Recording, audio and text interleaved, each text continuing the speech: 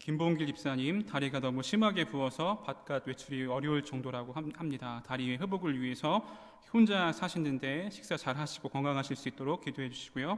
우리 고윤님 목사님, 위궤양이 너무 심해서 식사도 거의 못하고 통증 때문에 많이 힘들다고 하셨습니다. 독감 주사를 맞고 온 몸이 너무 아파서 견디기 힘들다고 하시는데 우리 건강의 회복을 위해서 기도해 주시기 바랍니다. 우리 변정남 권사님, 수술 우선순위가 뒤쪽이라 2달 정도 후에 수술을 할 것 같다고 하십니다. 우리 모든 치료의 과정을 위해서 기도해 주시고요. 우리 김동일 권사님, 아직 다 낫지 않아서 쩔뚝거리시면서 걸으신다고 하는데 다음 주에는 교회를 나오시려고 한다고 하십니다. 우리 온전히 회복되어서 믿음에 승리하실 수 있도록 우리 교구별로 올라온 기도 제목을 위해서 또 생각나는 환우분들을 위해서 주님의 이름 한번 부르시고 통성으로 함께 기도하겠습니다. 주여, 하나님 감사합니다. 오늘도 저희를 불러주셔서 함께 모여 예배하며 또 우리 환우들을 위해 중보하며 기도하게 하시니 감사합니다. 하나님, 우리 김봉길 집사님, 다리가 너무 심하게 부어서 바깥 외출이 어려울 정도라고 하십니다. 다리의 회복을 위해서 하나님 함께 해주시고 혼자 사시는데 식사도 잘 하시고 또 건강하실 수 있도록 하나님의 은혜를 더하여 주시옵소서. 우리 고윤님 목사님, 위궤양이 너무 심해서 식사도 거의 못하시고 또 통증 때문에 많이 힘들다고 하십니다. 또 독감차를 받고 또 온몸에 힘이 없고 또 아프시다고 하는데 하나님께서 우리 고윤님 목사님을 지켜주시고 그 건강을 회복시켜 주시며 또 식사도 잘 하시고 회복될 수 있도록 하나님 인도하여 주시옵소서. 우리 변정남 권사님 위해 기도합니다. 수술 우선순위가 뒤쪽에 있어서 이 2달 정도 이후에 수술을 진행한다고 하는데 하나님, 그 모든 치료의 과정 가운데 하나님께서 함께하여 주시고 온전히 회복될 수 있는 놀라운 하나님의 은혜가 있을 수 있도록 아버지 하나님 인도하여 주시옵소서. 우리 김동영 권사님, 아직 온전히 다 낫지 않아서 쩔뚝거리시면서 하나님 건든다고 합니다. 하나님, 다음 주에는 교회를 나올까 한다고 하는데 하나님, 그 마음 가운데 하나님 믿음으로 승리하게 하시고 그 건강이 온전히 치유되게 하시며 하나님을 향한 마음이 여전히 계속 불타올라서 하나님을 예배하고 하나님을 찬양하고 하나님을 기쁘게 하시는데 하나님, 귀하게 부족함이 없을 수 있도록 하나님 인도하여 주시옵소서. 우리가 미처 알지 못해 중보하지 못한 하나님, 우리 일신교회 모든 환우들과 어려움 당하는 모든 성도님들 가운데에도 하나님의 은혜를 더하여 주시고 하나님, 놀라운 하나님의 은혜로 때를 따라 돕는 하나님의 은혜가 넘치는 귀한 일신교회 성도님들 될 수 있도록 아버지 하나님 인도하여 주시옵소서. 주님의 은혜를 구합니다. 성령님 역사해 주시고 하나님, 마음이 아픈 하나님 귀한 일신교회 될 수 있도록 아버지 하나님 인도하여 주시옵소서. 하나님, 오늘도 말씀하여 주시옵소서. 주님의 음성 듣기 원합니다. 하나님, 주님 은혜로 충만케 되길 소망합니다. 하나님 역사해 주시고 성령님 충만하게 우리 가운데 임재하여 주시옵소서. 함께 하신 하나님을 간절히 소망하며 기대합니다. 주님 임재하여 주시옵소서. 하나님 감사합니다. 오늘도 저희를 불러주시고 함께 예배하며 하나님께 나아갈 수 있도록 인도하시니 감사합니다. 시간 우리가 신령과 진정을 다해 예배하게 하시고 하나님이 기뻐하시는 예배로 주님께 온전히 올려드릴 수 있도록 인도하여 주시옵소서. 감사하며 예수님의 이름으로 기도합니다. 아멘. 네, 몇 번 이야기했지만 우리 삶에서 정체성을 확고히 하는 것은 매우 중요합니다. 내 정체성이 확고하다면 어떤 어려움과 또 문제가 오더라도 쉽게 흔들리지 않게 되는 것이죠. 저도 삶을 살다가 보면 이유가 있을 때도 있고 또 이유가 없을 때도 있는데 영혼이 침체되거나 아니면 우울감을 느끼거나 아니면 저의 자존감이 낮아지는 그런 경험들을 하게 됩니다. 그럴 때 저는 물론 기도하기도 하지만 제가 이렇게 붙여놓은 문구가 있거든요. 제 사무실 자리에 붙여놓은 문구가 있는데요. 잘 안 보이시죠? 네, 글씨가 엉망이어서 잘 안 보이는 게 좋을 것 같아요. 첫 번째는 하나님이 그리스도 안에서 나를 받아들이셨다 이렇게 써 있고요. 두 번째는 나는 그리스도 안에서 특별한 존재이다 이렇게 써 있고, 마지막으로는 나는 그리스도 안에서 새로운 가족 공동체에 속했다라고 하는 이 세 문장이 써 있습니다. 첫 번째 고백에는 나는 자격 없는 존재이지만 하나님이 나를 그리스도를 통하여 하나님께 구원받게 해주셨다라고 하는 것을 고백하고요. 두 번째에서는 세상에서 사람들은 자기가 가지고 있는 스펙대로 평가받고 평가하지만 나는 그리스도 안에서 하나님 나를 특별한 존재로 만드셨다라고 하는 것을 고백하고, 이 마지막에서는 나는 전혀 새로운 공동체, 교회 공동체에 속하게 되었다라고 하는 것을 고백합니다. 이렇게 고백하면 문제가 싹 사라질까요? 네, 물론 그렇진 않습니다. 여전히 제 마음이 힘들고 어려울 때도 있지만 이것을 고백할 때와 그렇지 않을 때는 첨예한 차이가 있는 것을 이제 경험하게 됩니다. 이 많은 그리스도인들이 문제 앞에서 쉽게 좌절하고 절망하는 이유는 여러 가지 이유가 있겠지만 그 중에 하나는 나의 정체성이 확고하지 않아서 것이지 않을까라는 생각을 하게 됩니다.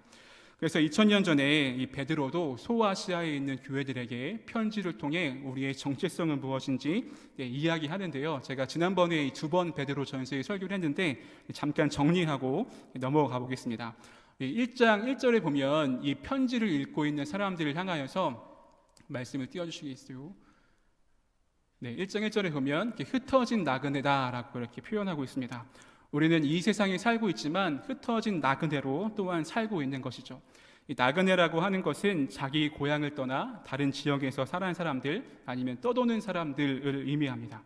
즉 그리스도인이란 이 세상에 살아가지만 돌아갈 곳이 있는 곳, 내 호적이 저 하늘에 있는 사람들을 이 그리스도인이다라고 이야기합니다.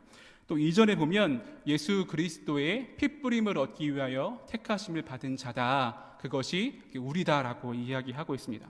내가 어떤 존재냐면 예수님이 자기의 피를 뿌릴 정도로 사랑하는 존재, 그렇게 나를 구원하신 존재가 나다라고 이야기하는 것이죠. 그리고 나서 3절에서 예수님이 우리의 산소망이시다라고 이야기하면서 너희에게 잠깐의 환난이 있겠지만 결국 믿음으로 승리할 것이다 라고 하는 것을 이야기합니다. 그리고 1장 13절부터 오늘 읽으신 2장 초반절 3절까지의 말씀은 우리가 이 환난의 때에 그리스도인으로서 어떻게 살아가야 할 것인가에 대해서 이야기하는데요. 제가 지난 시간에 이 세 가지를 먼저 이야기했고 오늘 네 번째 일 이야기하려고 하는데, 첫 번째는 너희를 부르신 이가 거룩한 것처럼 너희도 거룩해져라. 그래서 마음이 허리를 동이고 근신하여서 예수님께서 다시 오실 때 주실 그 은혜를 온전히 바라라 라고 이렇게 이야기하고요. 두 번째는 이 나그네로 있을 때 두려움으로 지내라. 하나님의 심판이 분명히 있고 예수 그리스도로 너희가 구원받았다라고 하는 것을 이야기하고, 세 번째는 형제를 뜨겁게 사랑하라 이렇게 권면합니다. 거짓으로 사랑하지 말고 이 진실함으로 형제를 사랑하라 라고 하는 게 세 번째 권면이었고요. 그리고 오늘 본문에서 네 번째 권면이 나옵니다. 우리 2장 2절을 같이 한번 읽어보겠습니다. 네, 같이 읽겠습니다. 시작. 갓난 아기들 같이 순전하고 신령한 젖을 사모하라. 이는 그로 말미암아 너희로 구원에 이르도록 자라게 하려 함이라. 네, 여기 보면 갓난 아이들 같이 순전한 젖을 사모하라 라고 말씀하고 있습니다. 원어에 보면 갈망, 사모하라 대신에 갈망하라 라고 하는 표현이 더 맞기도 한데요. 저희 아내가 이제 지한이를 임신했을 때 교회 어른들도 그렇고 주변의 어른들은 뱃속에 있을 때가 좋은 거야, 뱃속에 있을 때가 좋아, 이제 이런 말들을 많이 하셨습니다. 저희는 그 마음이 빨리 아이가 보고 싶고 그러니까 아이고 왜 저런 말씀을 하시나, 빨리 시간이 지나서 아이가 태어났으면 좋겠는데 이제 이런 생각을 했었는데요. 막상 태어나 보니까 역시 뱃속에 있을 때가 또 좋았던 것도 있는 것 같아요. 왜냐하면 이제 2시간마다 한 번씩 깨서 막 울잖아요. 그럼 젖을 줘야 하기도 하고 기저귀를 갈아주어야 하기도 하고 몸이 불편하면 그것도 잘 싸매줘야 하고 이렇게 웁니다. 배고플 때 울 때가 가장 간절하게 우는 것 같아요. 좀 아이의 속마음을 표현해 보자면 나를 굶어 죽일 셈이야 이러면서 간절하게 막 웁니다. 그래서 이제 아이에게 젖을 먹여주면 이렇게 온 힘을 다해서 이제 엄마의 젖을 빨면서 먹습니다. 여기서 말하는 그런 신령한 젖은 무엇인가? 1장 끝에 있는 말씀에서 알 수 있는데요. 1장 23절 같이 한번 읽어보겠습니다. 시작. 너희가 거듭난 것은 썩어질 씨로 된 것이 아니요 썩지 아니할 씨로 된 것이니 살아있고 항상 있는 하나님의 말씀으로 되었느니라. 여기서 말하는 신령한 젖은 곧 하나님의 말씀입니다. 그러니까 이 환난의 때를 살고 있는 소아시아 교회들에게 하는 권면이 이 하나님의 말씀을 사모하라라고 하는 것이죠. 이 갓난 아이들이 엄마의 젖을 빨 때를 보면 이 사모하는 정도가 아니라 이제 갈망하죠. 열망합니다. 엄마의 젖을 주지 않으면 내가 죽을 거야라고 하면서 막 우는 것처럼 말이죠. 그런 것처럼 하나님 말씀을 사모하고 갈망하고 열망하라라고 말씀하고 있는 것입니다. 그렇다면 이 하나님의 말씀을 사모하기 전에 우리의 상태는 어땠을까요? 우리 1절을 같이 한번 읽어보겠습니다. 1절 같이 읽겠습니다. 시작. 그러므로 모든 악독과 모든 기만과 외식과 시기와 모든 비방하는 말을 버리고, 여기서 이것들을 버리고라고 하는 것은 이게 누구한테 있다는 거예요? 우리 안에 있다라고 하는 것입니다. 우리가 신령한 그 저들 사모하지 않을 때 우리가 예수 그리스도 안에 속해 있기 전에 우리 안에 있는 모습이 바로 이제 이런 모습이다라고 하는 것이죠. 우리는 누구도 이러한 모습 안에서 자유로울 사람이 없을 것입니다. 그래서 우리는 더 이 하나님 말씀을 갈망하고 열망해야 되는 것이죠. 이 성도님들은 하나님 말씀을 많이 갈망하고 계십니까? 하나님 말씀이 내 삶의 기준이 되고 또 내 삶의 가치관이 되십니까? 혹시 말씀보다 또 스마트폰이 아니면 다른 사람들과의 관계가 아니면 돈이나 명예나 자식들이 내 삶의 기준과 가치관이 되어 있지는 않은가라고 하는 것을 돌아볼 필요가 있습니다. 저는 지난 2주 동안 그 월요일부터 수요일까지 2주 동안 그 성경 통독 세미나에 갔다 왔습니다. 담임 목사님 보내주셔서 2주 동안 갔다 왔는데요. 이 세미나 장소가 가평에 있었어요. 설악면에 있는데 저는 군대에 간 줄 알았습니다. 왜냐하면 제가 군대에서 운전병을 했었는데 산으로 훈련 갈 때 가는 길 같은 길을 갔어요. 옆에는 낭떠러지고 제 차로 이제 그런 비포장 도로로 막 가야 하고 완전 산 중턱에 이렇게 건물을 만드셨더라고요. 그러면서 한 40여 명의 목사님과 사모님들과 또 전도사님들과 함께 성경 통독 세미나를 들었습니다. 아주 좋았습니다. 이렇게 일상과 떨어져서 아무것도 생각하지 않아도 되고 하루 종일 성경만 보고 성경 강의만 듣고 그러면서 왔는데 참 좋더라고요. 저도 그 세미나에 참여하면서 또 많이 회개하기도 하고 또 도전받기도 하고 그렇게 했습니다. 이 강의 중에 이제 목사님이 이제 이런 이야기를 하셨어요. 자기는 이 성경 통독을 지금까지 1000번을 넘게 했다 이렇게 이야기하시고 각 권별로 그리고 성경 전체를 자기는 한 82, 3% 정도를 알고 있다. 그 기준이 뭔가 속으로 이런 생각도 하고 이 목사님이 좀 교만하신 게 아닌가 이런 생각을 하기도 했었는데요. 이 강의를 들어보니까 정말 그런 것 같더라고요. 성경을 술술 이렇게 설명해 주시고 또 이게 어떤 배경 속에서 이런 말씀이 나왔는지 이런 것들도 잘 이렇게 설명해 주셨습니다. 제가 가장 많이 도전받은 것은 이 성경을 향한 그 목사님의 마음이었어요. 이분이 얼마나 성경을 사랑하시는지. 이 건물 곳곳에 이런 문구들이 이렇게 붙어 있거든요. 그 중에 하나가 이 성경 한 권이면 충분합니다. 이런 문구가 곳곳에 붙어 있습니다. 그리고 강의 중간에도 이분이 성경을 얼마나 사랑하고 또 얼마나 좋아하고 얼마나 많이 읽어야 할 책인지 여러 번 설명을 하시더라고요. 해주시는 것 중에 기억나는 것 중에 하나는 이 성경은 짧은 책이라고 하는 거예요. 이 초등학교 때부터 우리가 고등학교 때까지 이 교과서만 해도 200권 넘게 책이 있는데 고작 66권이지 않느냐 이런 말씀을 하면서 성경은 짧은 책이고 3개월에 한 번씩 읽어야 되고 이런 말씀들을 하시더라고요. 그래서 그 얘기를 들으면서 저렇게 생각할 수도 있구나 이런 생각을 했습니다. 저희는 항상 성경 생각하면 부담스럽고 언제 다 읽나 이런 마음으로 읽는데 짧은 책이다 이런 얘기를 하시더라고요. 그래서 참 그 말씀을 사모하는 그 마음 참 제 안에 그렇게 많지 않은 것을 보고 회개하기도 하고 도전받기도 했습니다. 여러분들 성경을 더 많이 읽고 싶고 더 많이 알고 싶다면 11월 둘째 주에 성경 통독이 시작됩니다. 그래서 제가 강의를 하는데요. 열심히 배워와서 제가 강의를 하는데 많이 신청하시면 좋을 것 같습니다. 여튼 제가 도전받은 것은 성경에 대한 그 갈망하는 마음, 사랑하는 마음이었습니다. 그러면서 나는 얼마나 그 성경을 갈망하고 있나. 이 갓난 아기는 엄마의 젖을 먹지 않으면 거의 죽는 거잖아요. 우리가 하루라도 성경을 읽지 않으면서 그것에 대한 그런 불안한 마음, 갈망하는 마음이 있는가 이런 생각을 이제 하게 되었습니다. 제가 이번 주에 있었던 일인데요. 제가 지안이랑 이렇게 놀아주다가 지안이가 갑자기 엄마한테 이렇게 쪼르르 달려가는 거예요. 그러면서 엄마한테 이르기를 엄마, 아빠가 핸드폰만 해 이렇게 얘기를 하더라고요. 지안이랑 이렇게 열심히 놀아주면서 잠깐 핸드폰을 봤거든요. 그랬더니 얘가 그걸 보고 아빠가 핸드폰만 한다고 이렇게 이르는 거예요. 제가 얼마나 억울한지 저는 지 잘 때 성경도 열심히 이렇게 읽고 새벽에 일어나서 운동도 하고 이러고 오는데 이게 핸드폰만 한다고 하니까 또 한편으로 드는 생각은 이 아이가 보기에는 아빠는 핸드폰만 하는 사람이구나. 제가 설교를 쓰려고 컴퓨터를 막 하고 있으면 아빠가 컴퓨터만 해 또 이렇게 얘기를 하더라고요. 그래서 누군가 나를 봤을 때 나의 모습이 어떠한가라고 하는 것도 매우 중요하겠구나라는 생각을 하면서 지안이 앞에서 성경 읽는 모습을 많이 보여주어야겠다라는 생각을 하게 되었습니다. 마찬가지로 그럼 다른 사람들이 나를 볼 때, 다른 사람들이 성도님들을 보실 때 나는 어떤 사람인가, 나는 무엇을 가장 많이 하고 또 무엇에 가장 많은 가치관을 두고 있는가라고 하는 것을 생각해 보면 좋을 것 같습니다. 그럼 우리가 왜 말씀을 사모하고 갈망해야 할까? 그 2절 끝에 보면 이렇게 나와 있는데요. 그로 말미암아 구원에 이르도록 자라게 하려 하심이라, 이렇게 말씀합니다. 즉 우리가 건강하게 그리스도인으로 성장하기 위해서는 하나님의 말씀이 필수적이다라고 하는 것입니다. 이 세번역 성경에서는 그것을 먹고 자라서 구원에 이르러야 합니다, 이렇게 번역하거든요. 우리가 오랜 시간 동안 신앙생활을 하고 교회를 다니면서도 성장하지 않는 이유는 하나님 말씀을 사모하지 않기 때문에 그렇습니다.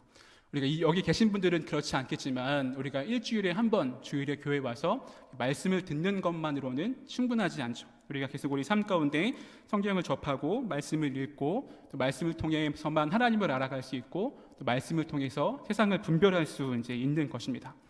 이렇게 말씀을 사모하고 갈망하는 사람들이 얻는 이 하나님의 관계가 시편 131편 2절에 나와 있습니다. 우리 같이 한번 읽어보겠습니다. 같이 읽겠습니다. 시작.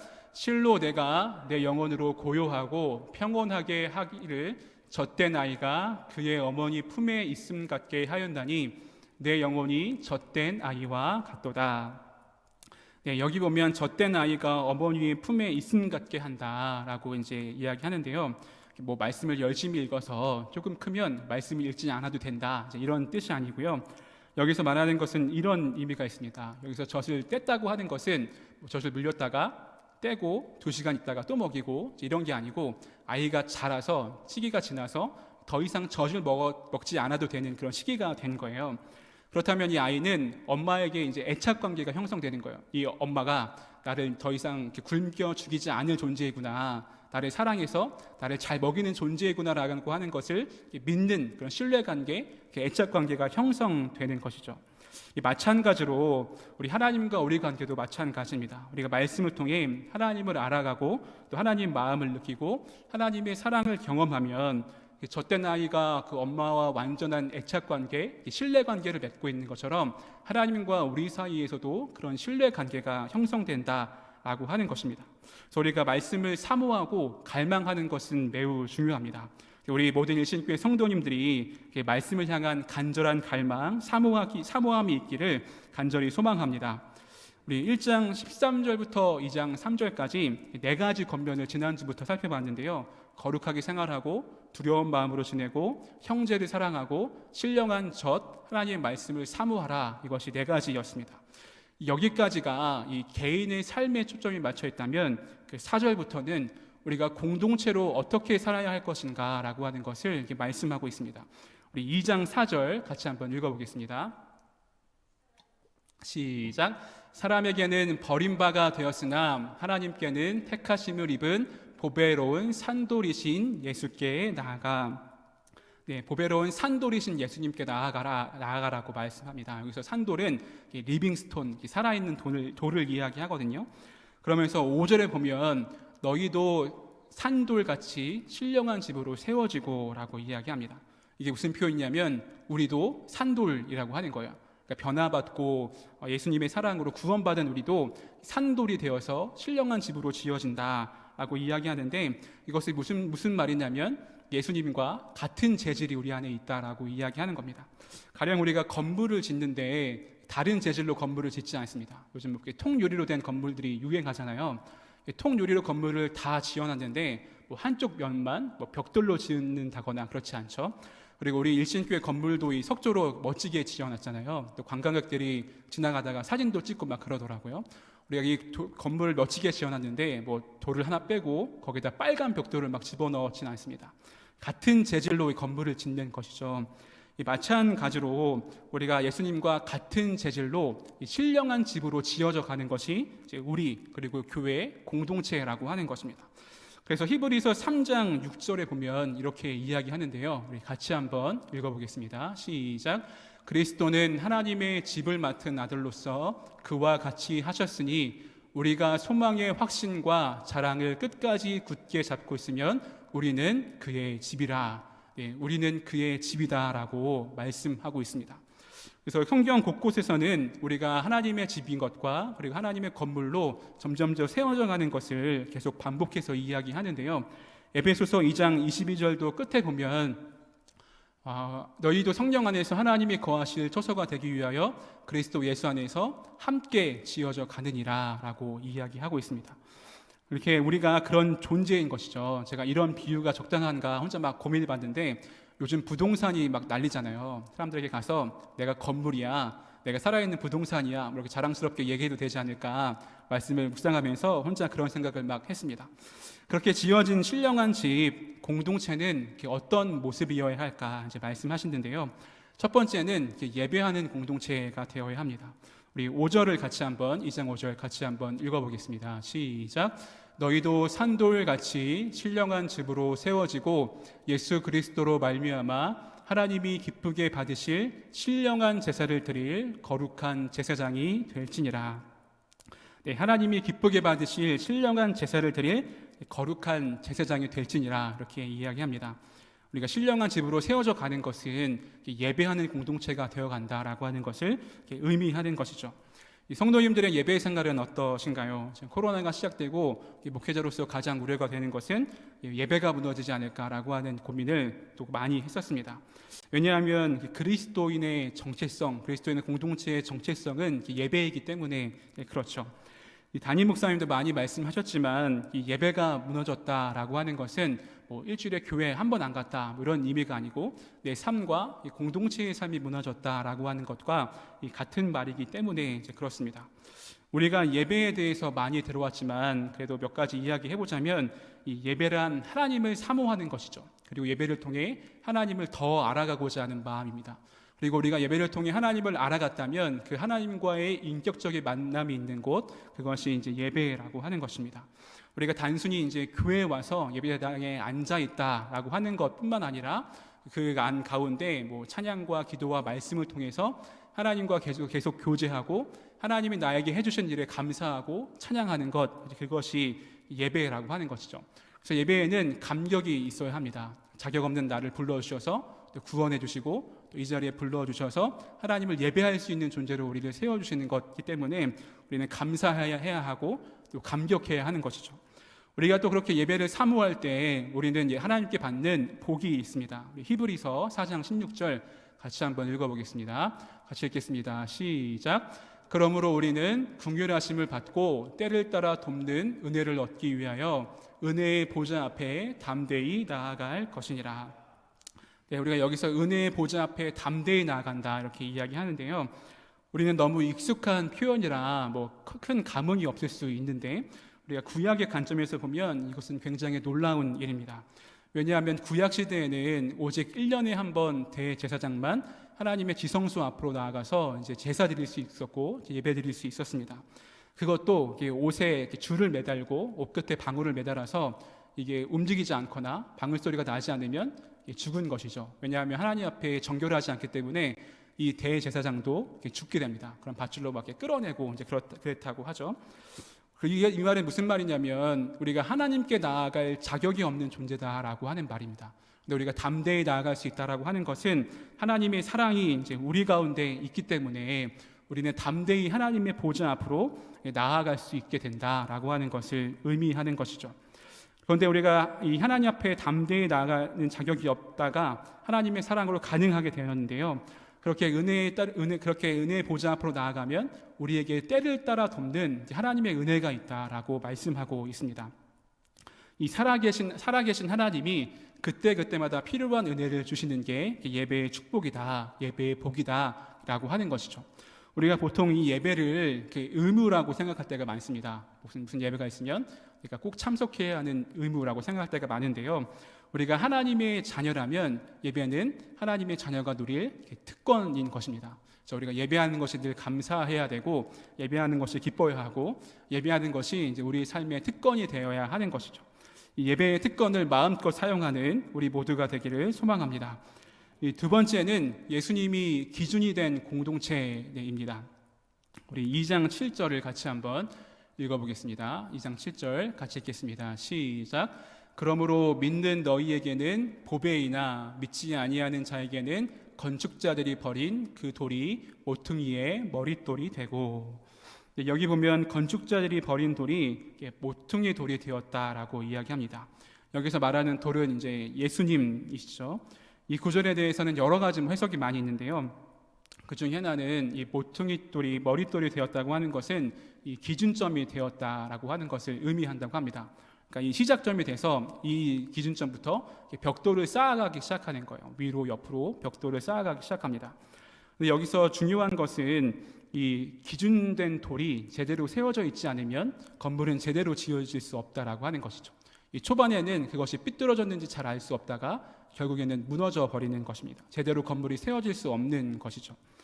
이런 이 기준점을 중요하게 한다라고 하는 것은 여러 가지로 우리 삶의 모양에 많이 중요하게 여겨집니다. 가령 군대에서요, 그 행군을 할 때 절대 하지 말라고 하는 게 있어요. 그게 뭐냐면 뛰지 말아라라고 하는 거예요. 앞사람과 거리가 좀 멀어지면 뛰지 말아라. 빠른 걸음으로 따라가되 뛰지는 말라고 이야기합니다. 왜냐하면 이 사람이 뛰기 시작하면 뒤에 있는 사람들은 조금씩 빨리 뛰어야 이 사람을 쫓아갈 수 있어요. 마지막에 있는 사람은 완전 군장을 메고 총을 들고 전력 질주를 해야 그 앞 사람을 따라갈 수 있기 때문에 절대 뛰지 말라 이렇게 가르칩니다. 그러니까 기준된 시간, 기준된 속도가 있어야 뒤에 사람은 고생하지 않고 행군을 할 수 있는 것이죠. 우리의 삶도 마찬가지입니다. 우리의 기준이 머릿돌이신 예수님께 있어야 하는 것이죠. 말씀을 잘 읽어보면 신령한 집이 아닌 다른 집을 지어가는 건축자들이 있음을 볼 수가 있습니다. 왜냐하면 그 건축자들이 버린 돌이 모퉁이의 머릿돌이 되었다라고 이야기한다면 이 신령한 집이 아닌 다른 집을 건축해가는 사람들이 이제 있는 것을 알 수 있는 것이죠. 이런 사람들의 특징이 8절에 나와 있는데요. 중간 말씀에 보면 그들이 말씀을 순종하지 아니함으로 넘어지는 사람들이다라고 표현하고 있습니다. 이 삶의 기준이 예수님이 아니기 때문에 계속해서 무너지는 사람들, 그것이 이 세상의 건축자들이라 말씀하고 있는 것이죠. 세상은 계속해서 우리를 이 세상을 기준으로 삼으라고 이야기합니다. 이 청년들과 나눔을 하면 더 자세히 이제 알 수 있는데요.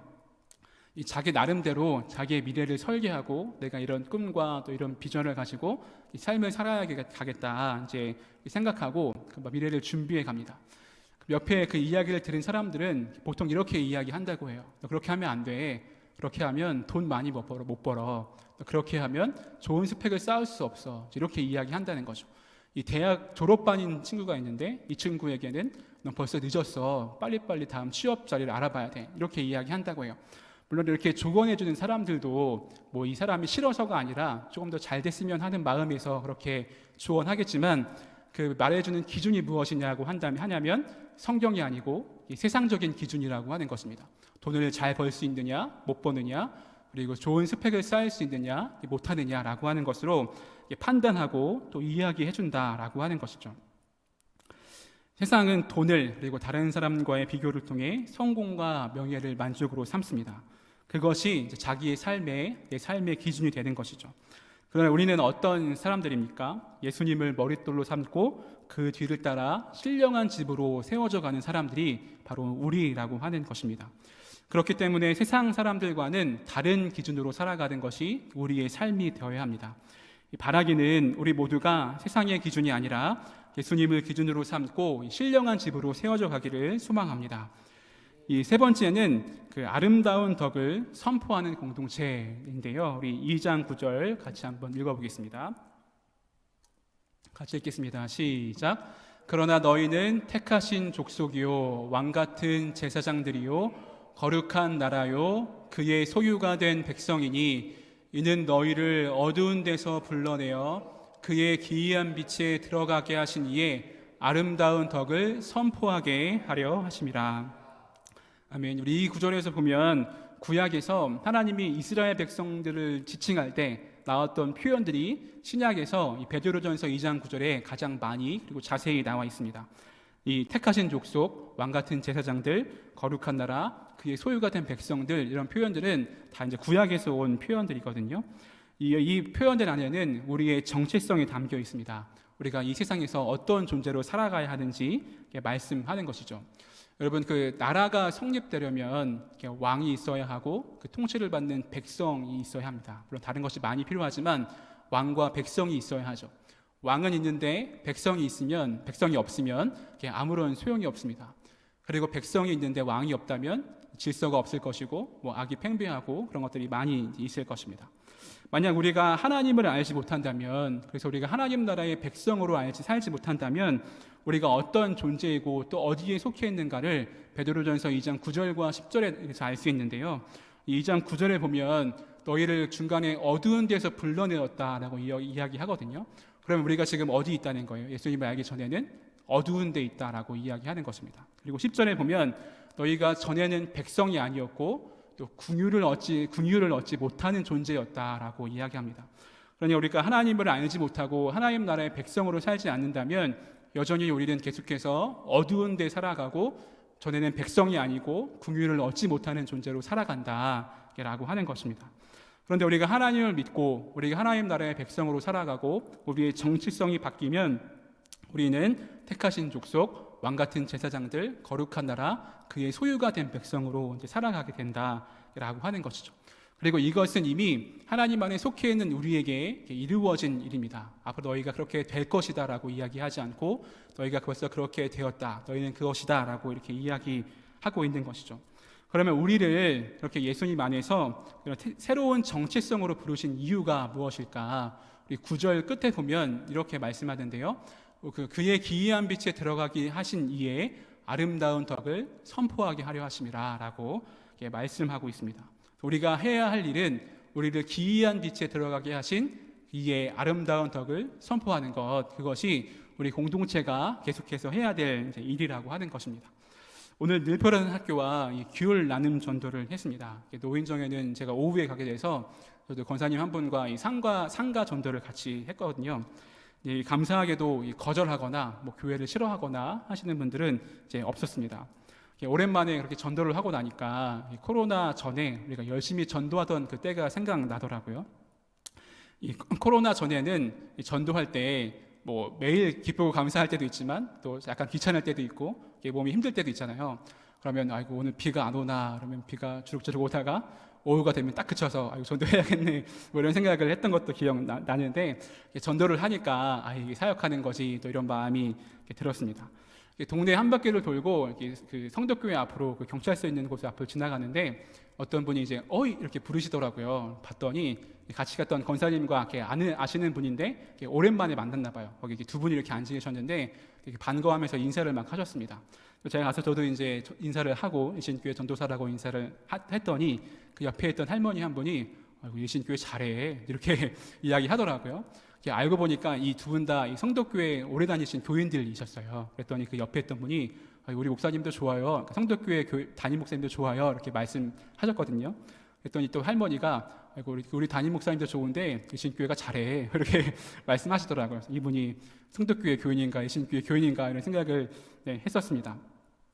그리고 또 어느 슈퍼에 갔더니 예신교회 가서 전도한다고 했더니 예신교회가 잘 돼야 된다고, 예신교회가 부흥해야 된다고, 좋은 일을 많이 한다고 이렇게 말씀하시더라고요. 그래서 이제 교회 나오시라고 그랬더니 나는 교회 안 나가고 누가 교회 간다 그러면 예신교회 가라고 한다고 이렇게 말씀을 하셨습니다. 저는 이 아름다운 덕을 선포하는 것이 이런 것이 아닌가라는 생각을 하게 되었습니다.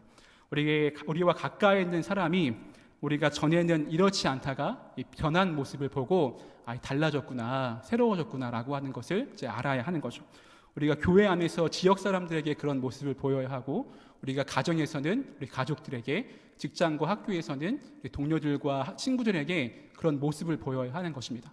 우리가 전에는 이렇게 살지 않았지만 우리가 하나님 안에서 이 새로운 정체성으로 살아갈 때 이런 모습으로, 새로운 모습으로 그 아름다운 덕을 선포하는 모습으로 살아가는 것을 이제 보여주어야 한다라고 하는 것이죠. 그래서 우리가 신령한 집으로 지어가는 공동체로 살아간다고 하는 것은 그 아름다운 덕을 선포하는 것, 그것이 매우 중요하다라고 하는 것입니다. 우리가 비록 이 어려운 때에 있지만, 코로나 때문에 쉽게 전도할 수 없고 하는 상황 가운데 있지만 계속해서 하나님의 아름다운 덕을 선포할 수 있는 우리 모두가 되기를 간절히 소망합니다. 말씀을 정리하겠습니다. 하나님이 우리를 이 새로운 정체성으로 부르십니다.